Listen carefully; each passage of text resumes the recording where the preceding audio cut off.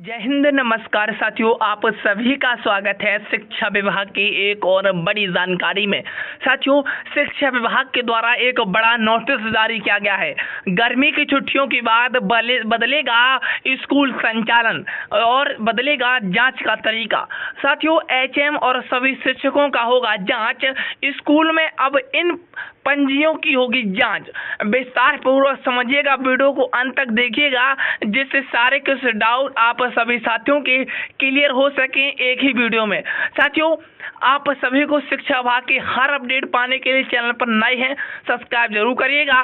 साथियों, इस वीडियो में हम केवल इन्हीं बिंदुओं पर चर्चा करने वाले हैं। और साथियों, यहाँ पे देखिए, ये पत्र शिक्षा विभाग की तरफ से जारी किया गया। देखिएगा क्या कुछ कहा गया है। विभाग द्वारा समय समय पर आदेशित नियमों और आदेश पत्रों का समेकन जो विद्यालय संचालन में मूलभूत बिंदु है। साथियों, नंबर पहला बिंदु है शिक्षक संबंधित बिंदु, यानी कि ये शिक्षक संबंधित बिंदु है। जरा इन्हें गौर से देखिएगा, समझिएगा, सुनिएगा। साथियों, इसमें कहा गया है कि सभी शिक्षक और शिक्षिकाओं को समय पर विद्यालय पहुंचना, ई शिक्षा कोष पोर्टल पर उपस्थिति दर्ज करना, छद्म उपस्थितियों या फोटो से उपस्थिति दर्ज करने पर शिक्षक और शिक्षिका के साथ प्रधानाध्यापक भी दोषी माने जाएंगी। ये यहाँ पे पॉइंट कहा, एक एक समझिएगा आप लाइन को। बिना अवकाश स्वीकृति कराए विद्यालय से अनुपस्थित नहीं होंगे। प्रभावी प्रधानाध्यापक द्वारा प्यारे साथियों कहीं ना कहीं अवकाश स्वीकृत करने से परहेज नहीं किया जाएगा, लेकिन एक समय में अधिकतम 10% से ज़्यादा शिक्षकों को अवकाश भी नहीं दिया जाएगा। अवकाश स्वीकृत में ध्यान रखना जाएगा कि शिक्षक के अवकाश के में जाने से पठन पाठन बाधित तो नहीं होना चाहिए।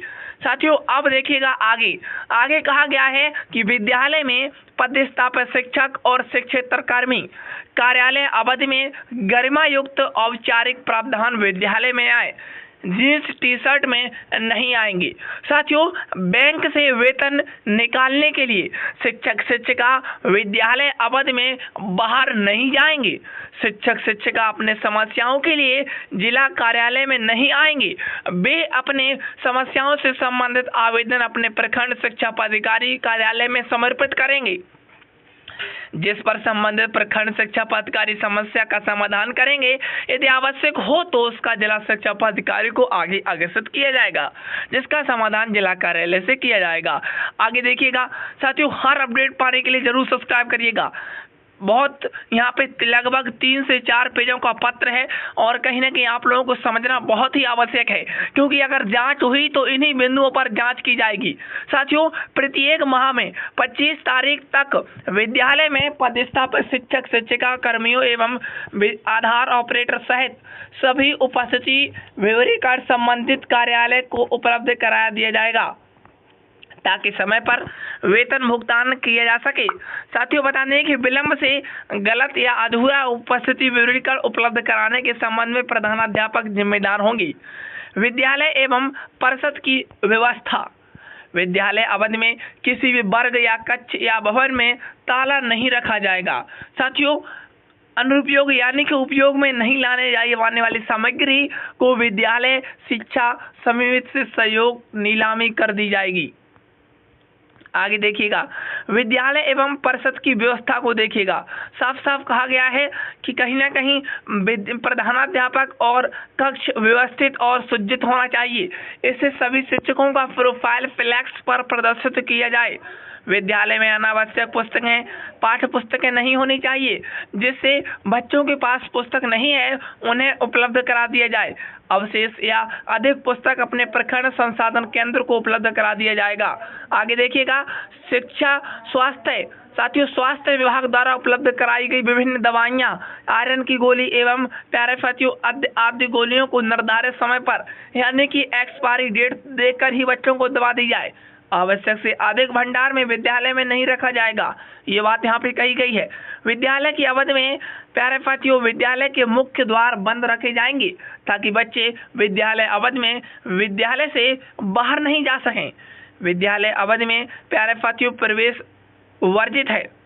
विद्यालय के सुरक्षा को ध्यान में रखते हुए विद्यालय में केवल प्रधानाध्यापक ही प्रेस विफंग करते हुए अधिकृत होंगे, यानी कि प्रेस जो कहीं ना कहीं मीडिया है उसके सामने केवल और केवल प्रधानाध्यापक आएंगे। कोई भी शिक्षक मीडिया के सामने आके कुछ भी बयान या सवाल उनका नहीं देगा, क्योंकि ये जिम्मेदारी जो प्रधानाध्यापक हैं उनको सौंपी गई है। आगे देखिएगा, वर्ग कक्ष की व्यवस्था। जी हाँ साथियों, वर्ग कक्ष साफ सुथरा हो, अनावश्यक सामग्री नहीं की जाएगी। वर्ग कक्ष में पंखा और सामग्री रोशनी से ज्यादा LED बल्ब या ट्यूबलाइट की व्यवस्था हो। बिजली के तौर पर उपकरण लटकते हुए खराब नहीं होने चाहिए। बेंच डेस्क व्यवस्थित ढंग से रखा जाए। ब्लैक बोर्ड पर कालीकरण प्रत्येक 3 माह में की जानी चाहिए। विद्यालय में पर्याप्त मात्रा में चौक और डस्टर उपलब्ध हो। समय सारणी प्रत्येक वर्ग कक्ष के लिए ब्लैक बोर्ड के बगल में लगा हो। प्यारे बच्चों, सभी बच्चों को पोशाक में विद्यालय आने के लिए प्रेरित करें। पठन पाठन की व्यवस्था। चेतना सत्र का संचालन समय पर किया जाए। सामान्य गतिविधियों के साथ साथ चेतना सत्र, एक प्रहलाद श्लोक वचन, गांधी का कथा वचन, बापू की पाती का गठन कराया जाए। समय सारणी में सभी शिक्षक शिक्षिकाओं का जो कहीं ना कहीं समावेश है उसकर वर्ग संचालन व्यवस्था की जानी चाहिए। शिक्षक शिक्षिका की अनुपस्थिति के कारण कोई वर्ग खाली नहीं होना चाहिए। वैकल्पिक व्यवस्था के तहत दूसरे शिक्षक को उस वर्ग में पठन पाठन के करने को भेज सकते हैं। शिक्षक वर्ग पढ़ाने से मना नहीं कर सकते। साथियों, समय सारणी के अनुसार निर्धारित समय में पाठ्यक्रम भी पूरा होना चाहिए। आगे देखिएगा, सभी कक्ष, सभी शिक्षक और शिक्षिकाएं द्वारा टीकाकरण लिखा जाए और इसके साथ ही साथ प्रत्येक शनिवार को प्रत्येक शिक्षक और शिक्षिकाओं के पाठ टीका का प्रधानाध्यापक और प्रभावी प्रधानाध्यापक द्वारा प्रति हस्ताक्षरित किया जाए। प्रधानाध्यापक स्वयं भी पाठ टीका का संचालन करेंगे। पाठ टीका घर पर रहे हैं, यह बहाना मनाने योग्य नहीं होगा। साथियों, प्रथम घंटी में वर्ग शिक्षक शिक्षिका द्वारा उपस्थिति अचूक रूप से बना ली जाए और ऐसे में प्रधानाध्यापक द्वारा उसी वर्ग की उपस्थिति दर्ज किया जाएगा जिस वर्ग के शिक्षक होंगे। आगे देखिएगा, सभी बच्चों को गृह कार्य बच्चों को उपलब्ध कराई जाए, डायरी में अवश्य दी जाए साथियों, एवं उसका मूल्यांकन भी किया जाए। पुस्तकालय एवं प्रयोगशाला को प्रयोग प्रतिदिन समय सारणी के अनुसार किया जाए। प्रयोगशाला और पुस्तकालयों का उपयोग करने वाले बच्चों का नाम वर्ग पुस्तकालय तथा प्रयोगशाला में रखे पंजी के संधारण किए जाना चाहिए, जिससे पता चल सके कि किस बच्चे ने किस तिथि को पुस्तकालय उपयोग किया था और प्रयोगशाला में काम किया था। सुरक्षित शनिवार का आयोजन विविध ढंग से किया जाए। शनिवार का आयोजन भी विविध ढंग से किया जाए, यहाँ पे आदेश है। आगे देखिएगा, विद्यालय परिषद में भवन का उपयोग पठन पाठन के अलावा किसी भी अन्य गतिविधि में नहीं किया जाए। साथियों, प्रतिदिन शिक्षक शिक्षिका FLN किट LP किट का प्रयोग किया जाए। दोनों किट किसी भी परिस्थितियों में बक्से में बंद नहीं होनी चाहिए। यदि ऐसा पाया गया तो संबंधित प्रधानाध्यापक के साथ साथ शिक्षक और शिक्षिका भी दोषी होंगी। विद्यालय में बच्चों के वर्ग सापेक्ष शिक्षा और गुणवत्ता उपलब्ध कराने के लिए जिम्मेदारी शिक्षा वर्ग और कहीं ना कहीं शिक्षिका के साथ प्रधानाध्यापक की भी होगी। PM पोषण योजना का संचालन। PM पोषण योजना संचालन विद्यालय में मेन्यू का प्रदर्शन दीवार पर अवश्य किया जाए। भोजन बनाने से पूर्व रसोईया घर भंडार गृह के साथ साथ रसोईया को निर्जोई सुरक्षित रखना चाहिए। साथियों, बताते चलें कि खाद्य सामग्रियों को धोकर ही उपयोग में लाएं, उसे ढककर रखा जाए। अगली अपडेट समझते साथियों, अभिलेख की व्यवस्था, शौचालय और पेयजल की व्यवस्था। विभाग द्वारा चयनित एजेंसियों से शौचालय और विद्यालय परिषद की साफ सफाई अचूक रूप से की जानी चाहिए।